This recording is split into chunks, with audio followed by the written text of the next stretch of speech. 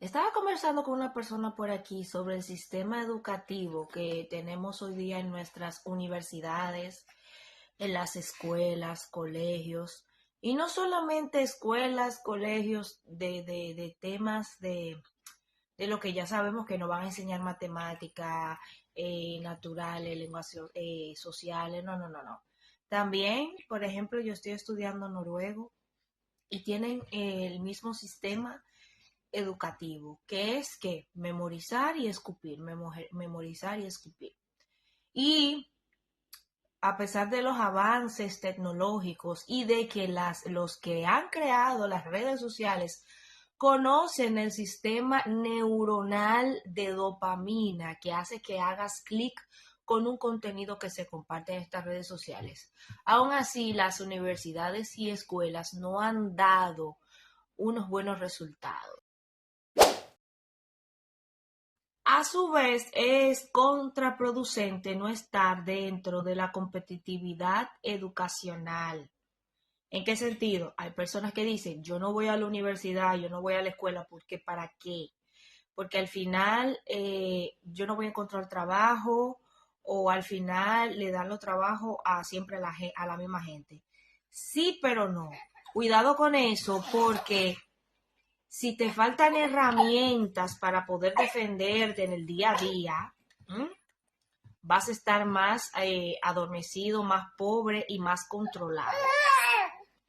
También después de la Segunda Guerra Mundial, hemos tenido en la cabeza el mundo industrial y corporativo, sí. Nos han dicho que si terminamos la universidad vamos a hacernos ricos con un buen trabajo. Esto también es gran parte de los vicios del capitalismo, porque no crean que porque yo deteste el comunismo, eso quiere decir que yo sea ultraderecha y capitalista, no. También suelo hacerme una autocrítica y cosas que a mí, por ejemplo, me llaman la atención. No quiere decir que el 100% yo esté de acuerdo, ¿ok? Entonces, seguimos con el tema de los vicios del capitalismo. Lamentablemente, el tema educacional como tal se ha involucrado mucho con el capitalismo. ¿En qué sentido? Antes de que existieran las universidades, las escuelas, como hoy las conocemos, lo que existían eran personas que estaban dentro de la filosofía. Tenemos un Sócrates, un Platón, que compartían su sapiencia. Primero pensaban, reaccionaban a su entorno y después compartían esas ideas con sus discípulos. Y mucho antes del tema de la enseñanza de los filósofos, ya estaba preestablecida la familia, donde el padre le enseñaba a los hijos una cosa y la madre le enseñaba otra. No crean que todas las sociedades son iguales en el sentido de que la madre tiene que cocinar, atender a los muchachos y el hombre tiene que salir a trabajar. No, las funciones se organizaban según su naturaleza. La mujer puede preservar la especie en el sentido de poder multiplicarse. El hombre puede incubar sus huevos en diferentes mujeres, pero si no hay mujeres que ésta puede tener hijos en un año, entonces, por lógica, preservan a la mujer de que no sea expuesta, por ejemplo, un jabalí, o tener que cazar un león, o tener que irse. No, el hombre era el que se iba para afuera y la mujer se quedaba adentro. Entonces, la educación mayormente la daba la mujer. Y aparte de eso, que ustedes se imaginan las mujeres guayando la yuca y matándose en la cocina, que para ese tiempo tampoco existía lo convencional, que hoy conocemos como lo que es una casa, una cocina. Eso ya viene desde los años 50. No, los hombres cuando se iban fuera, de hecho a pelear o a buscar nuevas tierras, lo que sea, la mujer era que se quedaban cuidando la aldea, ¿no? Ese territorio ahí tenían que cuidarlo. Y muchos invasores inteligentemente se llevaban a las mujeres y dejaban a los hombres o a los niños varones. ¿Por qué ustedes creen? Para poder seguir multiplicándose. Eso lo hizo el Imperio Otomano. Ok, ¿qué tiene que ver con la educación? Bueno, yo lo estoy educando con historias para que ustedes entiendan el por qué nosotros las mujeres llevábamos ese peso de la educación mucho antes que existieran las universidades y escuelas. Entonces, volviendo con el tema filosófico, este, hoy día lo que tenemos en nuestras instituciones son lo que se conocía en el siglo V antes de Cristo, los sofistas. ¿Qué son los sofistas? Un sofista era un tipo de intelectual y maestro que en la antigua Grecia se especializaba en la enseñanza y habilidades prácticas, especialmente en la retórica y en la argumentación y la persuasión. Para ese entonces, la retórica con el tema del verbo, de hablar, de convencer. Para ese tiempo, ¿ustedes creen que la política es de ahora? No, o sea, desde que ha existido la sociedad como tal humana, siempre ha existido la política. Entonces, para la antigua Grecia, tú poder tener un convencimiento, principalmente con la retórica, que es lo que usan mucho los políticos y las personas que están en la imagen pública, ¿no? Necesitan esa persuasión mediante a las palabras. ¿Cuál es la diferencia entre un sofista y por ejemplo, un Sócrates, un Platón? Bueno, que los sofistas cobraban a sus alumnos por enseñarles ciertas cosas que iban a necesitar. ¿Está mal totalmente? No, no está mal. Pero lo que criticaba Sócrates, Platón y otros filósofos era que los sofistas no daban esa participación al alumno de poder pensar, de poder reaccionar a lo que se le enseñaba. O sea, no solamente es, bueno, tú vas a hacer esto y así te va a resultar. No, los filósofos como Sócrates decían, tú tienes que poner al alumno a reaccionar de lo que está aprendiendo y en sacar sus propias conclusiones y también tener un sentido crítico y también hacerse preguntas y preguntar qué cosa que no está pasando en las instituciones escolares. Pero ahora lo que le comentaba esta persona que me dice, tú sabes lo que es posible, que yo enseño mi tesis o enseño mi clase y yo nada más siento que aprendo para escupir. A ver, está bien y está mal a su vez con el tema del profesor, pero para que una persona pueda educar de una manera óptima, máximo debería tener 5 alumnos. Dentro del sistema capitalista, en una aula, ¿cuántas personas recibimos como tú, por ejemplo, profesor universitario? Más de 40 alumnos y a veces es un auditorio gigantesco, ¿no? Entonces, para poder certificar que tú participaste en ese, digamos, en ese evento o ese momento de educación, tú necesitas un título para poder conseguir un trabajo. Ahí está la meritocracia por medio de un título. Entonces nos autoengañamos porque nos han vendido de que por medio de un título tú vas a ser una persona exitosa. De hecho, no es suficiente con que tú seas una persona sumamente inteligente. Tienes que tener habilidades sociales en el sentido, no importa si tú eres el mejor arquitecto, ¿cómo te van a conocer? ¿Cómo van a conocer que tú eres la mejor arquitecta? O el mejor arquitecto o el mejor doctor. Tienes que tener unas buenas relaciones humanas y hoy día no hay unas buenas relaciones humanas. No puedes hacer una red de contacto porque tú crees que los ricos siguen siendo los mismos ricos, porque ellos tienen su red de contacto, tienen su red de apoyo. Y eso no solamente pasa como en el mundo de los ricos, también existen en sectas o en temas de religiosidad. Por ejemplo, los musulmanes aquí en Europa, ellos se ayudan entre ellos, aunque no se conozcan, y no tiene que ver con algo de hermandad, sino sectario. Los judíos es un buen ejemplo de lo que es una red de apoyo. Y cómo no, los mismos chinos también. Pero dentro de esa red de apoyo, ellos tienen sus, digamos, sus leyes, sus creencias como tal. Por ejemplo, en un chino, si una mamá china le presta dinero a su hijo chino y este hijo chino no le paga el dinero a su mamá, no le devuelve el dinero, dentro de esa red él queda como un mala paga. Dentro de la comunidad latina es diferente. Ah, no, ella es mi mamá. O vemos el mismo ejemplo dentro de la familia. Tu mamá te pide algo prestado, dinero prestado, y tú cuando tú se lo pides porque lo necesitas, mami, en los 500 pesos que yo te pedí prestado y la vida que yo te he dado, ¿cómo tú se te ocurre a mí pedirme que?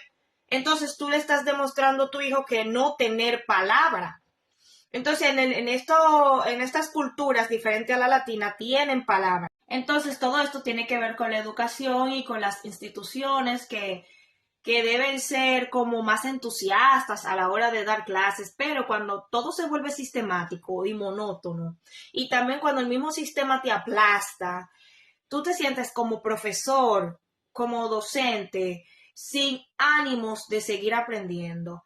Pero yo a esto no le doy una excusa 100% de que, bueno, como el sistema es así, pues estoy desencantado y no voy a seguir. No, tú tienes que seguir con esas ganas de curiosear como los niños, de seguir aprendiendo. Porque mientras más ignorante tú eres, más ciego y menos herramientas tienes para el día a día. Ahora, yo no quiero decir con esto que te satures de información, que yo veo mucha gente también que se cree mejor que otros porque lee muchos libros, por ejemplo. Estas personas que leen muchos libros, que tú lo ves compartiendo en las redes sociales, tan libre que no sé qué, eso no te hace mejor persona.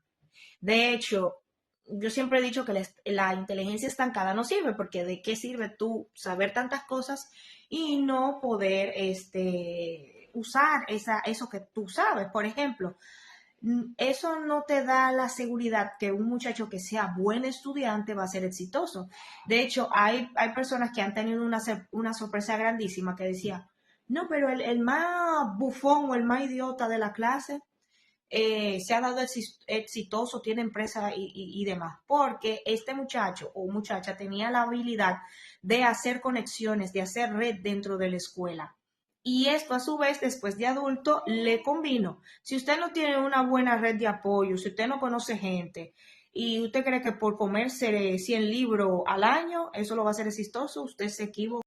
Por ejemplo, supongamos que usted es una persona sumamente inteligente en la programación y mediante a todos los libros que usted leyó, usted pudo hacer un código que pueda ser bueno para las empresas de seguridad, ¿no? ¿Cómo usted va a vender ese código? ¿Cómo usted va a vender ese lenguaje, digamos? Usted tiene que conocer personas para mostrarle ese producto. Usted puede hacer el mejor producto para el cabello porque usted es una súper dotada con el tema del pelo.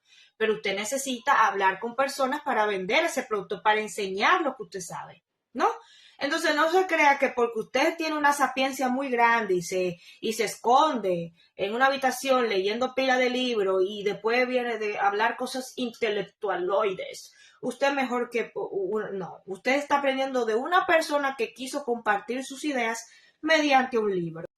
El único consejo que te puedo dar es que sigas teniendo curiosidad por saber lo que a ti te guste, lo que te interese, te gusta los temas de las casas, de las manualidades, de las mismas novelas. ¿A ti te gusta la novela? Bueno, investiga cuál fue la primera novela que se creó para la televisión, en qué año, cuáles fueron los primeros actores, las radionovelas que fueron las primeras que empezaron, las novelas en papel, todas esas cosas. O sea, en vez de tú quedarte por encimita, tengas la curiosidad de saber más sobre eso que tú consumes, porque llega un punto en que una vez que tú necesites una información, como nosotros los seres humanos aprendemos por mapas conceptuales, mediante a estos recuerdos recopilamos esos datos, va a llegar un momento que si tú tienes un problema, tú dices, pero en tal libro o en tal novela yo vi que tal abogado habló de ese tema, déjame investigar. Yo, por ejemplo, critico mucho los libros de autosuperación porque leí mucho de autosuperación cuando yo era más joven.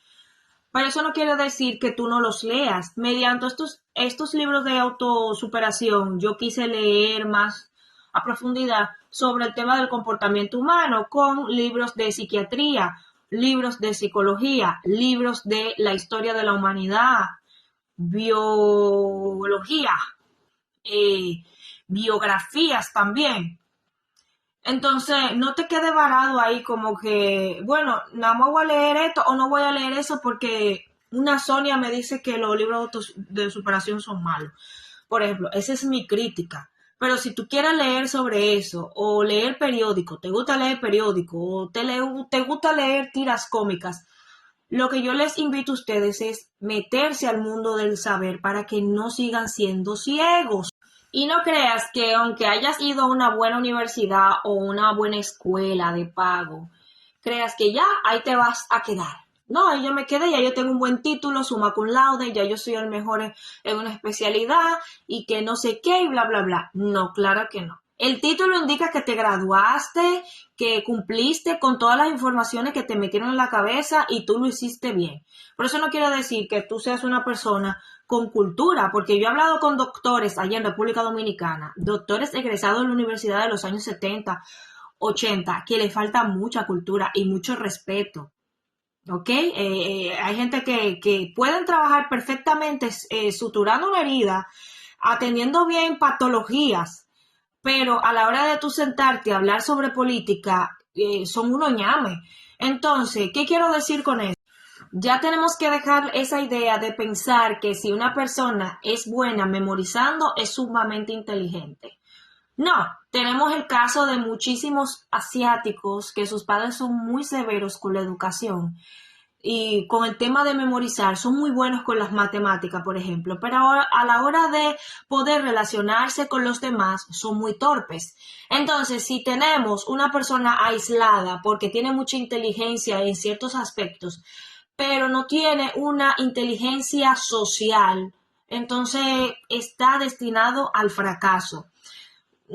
Debe haber un balance en que tú tengas que ser carismático, que puedas relacionarte con tu entorno, que seas una persona respetuosa, que tengas tacto, que sepas dónde estás involucrándote, qué es bueno y malo, y tú poder nadar en esas aguas y, cómo no, entablar lo que has aprendido. Ese gran mito que existe de que nosotros los seres humanos solamente utilizamos un 5% del cerebro es un gran mito, eso es mentira. A pesar de tener 100.000 millones de neuronas, un cerebro normal, común y corriente, el drogadito de por tu casa, como tú, tienen casi la misma cantidad de neuronas, a pesar de él tenerla dañada por el tema de la droga. El caso es que todos estos departamentos tienen que ir siendo llenados y a su vez también estas neuronas tienen que trabajar para que el funcionamiento del cuerpo trabaje. Existen diferentes tipos de inteligencia, lo que hay que saber cómo desarrollarlas y cómo tratarlas. El problema, por ejemplo, de las instituciones escolares universitarias es que tienen un sistema igual para todo el mundo, cuando nuestros cerebros son diferentes, cómo se aprende. Ok, Sonia, pero entonces todo eso que tú me estás diciendo, ¿tengo que ir a la universidad? Pues lamentablemente el sistema capitalista te pide que tú tengas un título, pero, hoy día se están buscando las personas que tengan habilidades en concreto. Por ejemplo, para trabajar en Google, tú no necesitas un título. Tú tienes que demostrar lo que sabes. Por ejemplo, con el tema de la programación.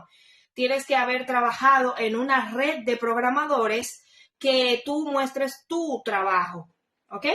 Y si tú resolviste un problema, pues fácilmente tú puedes conseguir un trabajo.